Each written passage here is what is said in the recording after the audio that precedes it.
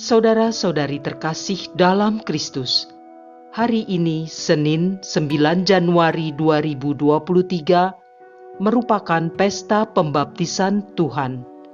Bacaan dibawakan oleh Sirila Cahyoyanti, Mazmur dilantunkan oleh Marcelina Toron, dan renungan ditulis oleh Christina Niko.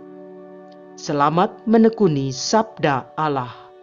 Marilah mewujudkan kebaikan bersama untuk hidup dalam damai dan sejahtera.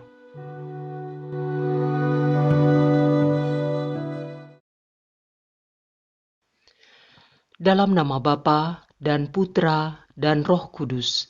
Amin. Allah sumber segala rahmat, terima kasih untuk hari baru ini. Kami bersyukur atas kesadaran yang kami terima dan Engkau masih memberikan nafas kehidupan bagi kami sejak kami terbangun pagi ini. Kami ingin mendengarkan sabda-Mu yang menjadi pegangan hidup kami. Bimbing dan buka telinga hati kami ya Bapa, agar kami dapat merenungkan dan melaksanakannya lebih baik lagi daripada hari-hari kemarin. Demi Kristus, Tuhan dan pengantara kami. Amin. Bacaan dari kitab Yesaya bab 42 ayat 1 sampai 4 dilanjutkan dengan ayat 6 sampai 7. Beginilah firman Tuhan. Lihat, inilah hambaku yang kupegang, orang pilihanku yang kepadanya aku berkenan. Aku telah menaruh rohku ke atasnya, supaya ia menyatakan hukum kepada bangsa-bangsa. Ia tidak akan berteriak atau menyaringkan suaranya, atau memperdengarkan suaranya di jalan. Buluh yang patah terkulai tidak akan dipatahkannya, dan sumbu yang pudar nyalanya tidak akan ia padamkan, tetapi dengan setia ia akan menyatakan hukum. Ia sendiri tidak akan menjadi pudar dan tidak akan patah terkulai sampai ia menegakkan hukum di bumi. Penduduk sekalian pulau mengharapkan pengajarannya. Beginilah firman Tuhan. Aku, Tuhanmu, telah memanggil engkau untuk menyelamatkan orang. Aku telah memegang tanganmu.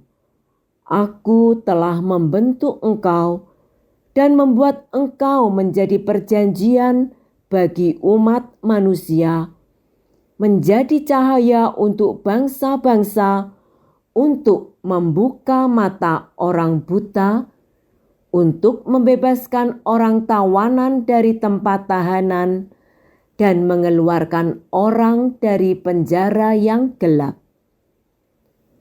Demikianlah sabda Tuhan.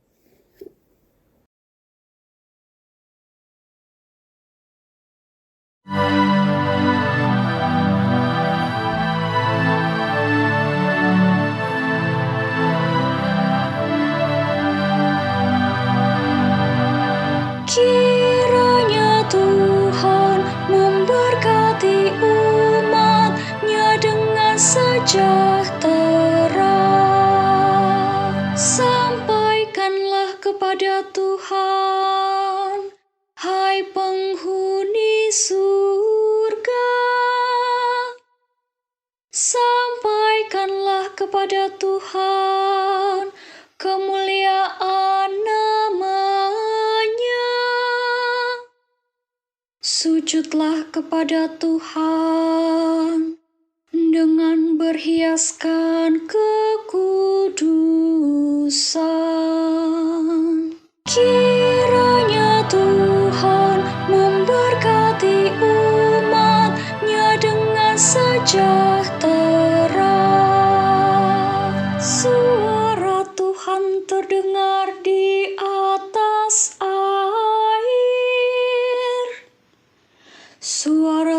Tuhan mengguru di atas air yang besar.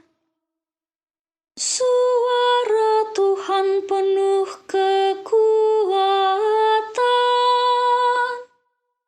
Suara Tuhan penuh semarak. Kiranya Tuhan memberkati umat-Nya dengan sejahtera. Allah yang mulia mengguntur, dan hutan-hutan menjadi gundul. Tuhan bersemayam di atas air bah. Tuhan bersemayam sebagai Raja untuk selama-lamanya. Kiranya Tuhan memberkati umat-Nya dengan sejahtera.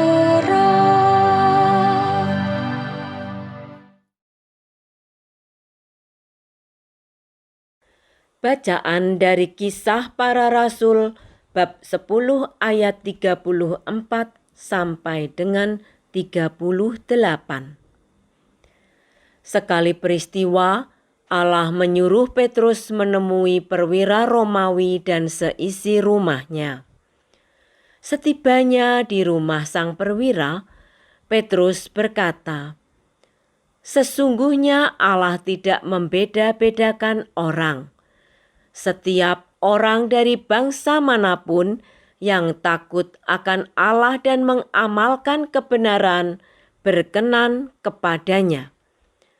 Itulah firman yang Ia suruh sampaikan kepada orang-orang Israel, yaitu firman yang memberitakan damai sejahtera oleh karena Yesus Kristus yang adalah Tuhan dari semua orang.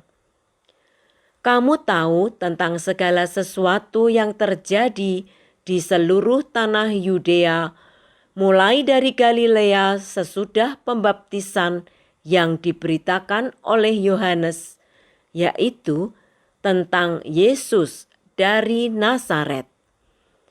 Bagaimana Allah mengurapi Dia dengan Roh Kudus dan kuat kuasa. Yesus itu telah berjalan berkeliling sambil berbuat baik dan menyembuhkan semua orang yang dikuasai iblis, sebab Allah menyertai Dia. Demikianlah sabda Tuhan.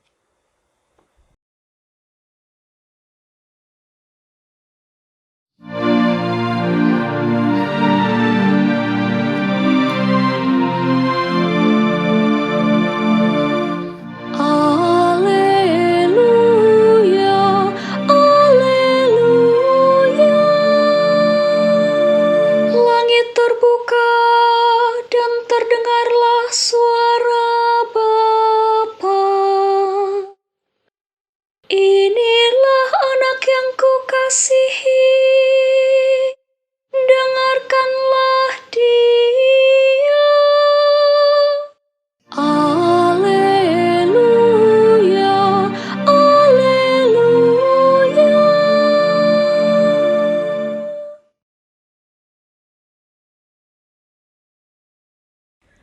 Inilah Injil suci menurut Matius bab 3 ayat 13 sampai dengan 17. Ketika Yohanes membaptis di sungai Yordan, datanglah Yesus dari Galilea ke sana untuk dibaptis olehnya. Tetapi Yohanes mencoba mencegah Dia, katanya, "Akulah yang perlu dibaptis olehmu, namun malah engkau yang datang kepadaku." Lalu Yesus menjawab kepadanya, "Biarlah hal itu terjadi sekarang, karena demikianlah sepatutnya kita menggenapkan seluruh kehendak Allah. Yohanes pun menurutinya. Sesudah dibaptis, Yesus segera keluar dari air, dan pada waktu itu juga langit terbuka. Ia melihat Roh Allah seperti burung merpati turun ke atasnya, lalu terdengarlah suara dari surga yang mengatakan, "Inilah putraku yang terkasih, kepadanyalah aku berkenan." Demikianlah sabda Tuhan.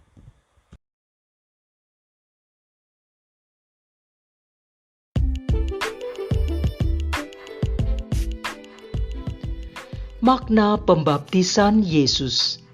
Renungan dibawakan oleh Maria Monica.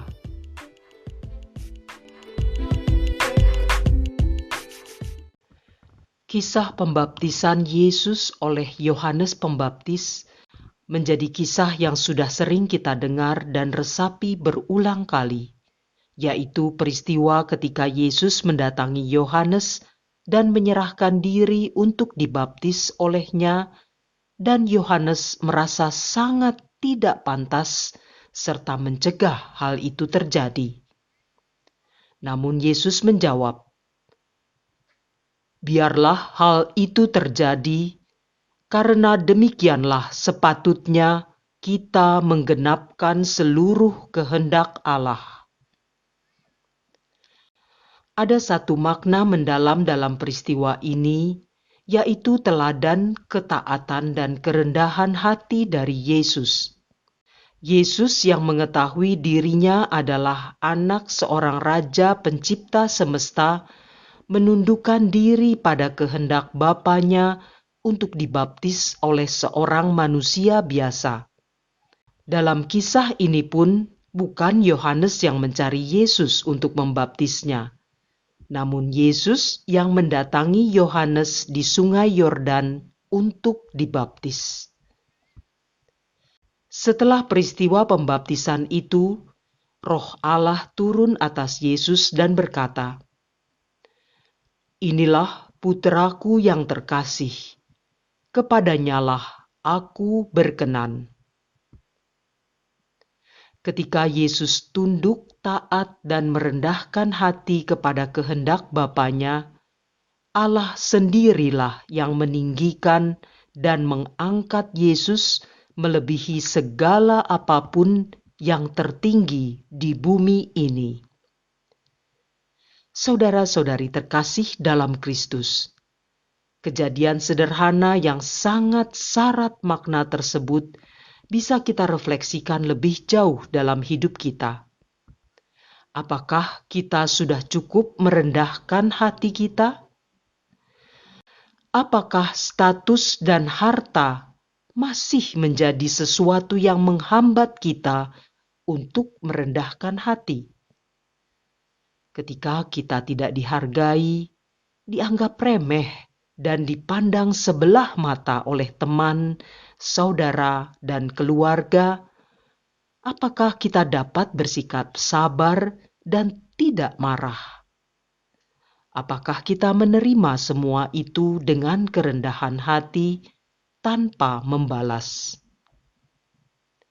Saudara-saudariku yang terkasih, jika Yesus, seorang putra Allah, memberikan teladan kerendahan hati dan ketaatan total pada kehendak Bapanya, apa yang seharusnya kita lakukan sebagai pengikutnya? Kita sebagai manusia berdosa yang sudah diangkat menjadi setara sebagai anak Allah, tentunya wajib mengikuti teladan Yesus. Itulah bedanya Yesus, sang hamba Allah, dari hamba-hamba Allah lainnya. Ia mewakili manusia dalam kekudusan dan kesempurnaannya.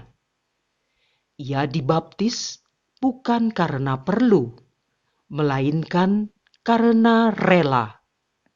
Ia mengambil tempat manusia yang berdosa supaya ketidakberdosaannya dapat memberikan kebebasan bagi manusia dari dosa. Marilah kita meneladani Yesus Kristus, Soko Guru kita, untuk tetap bersabar dan rendah hati dalam situasi apapun. Dan kelak kita boleh berharap janji Allah akan dipenuhi bagi kita ketika kita tetap tunduk dan sabar menanti pernyataan kehendak-Nya dalam hidup kita. Marilah berdoa.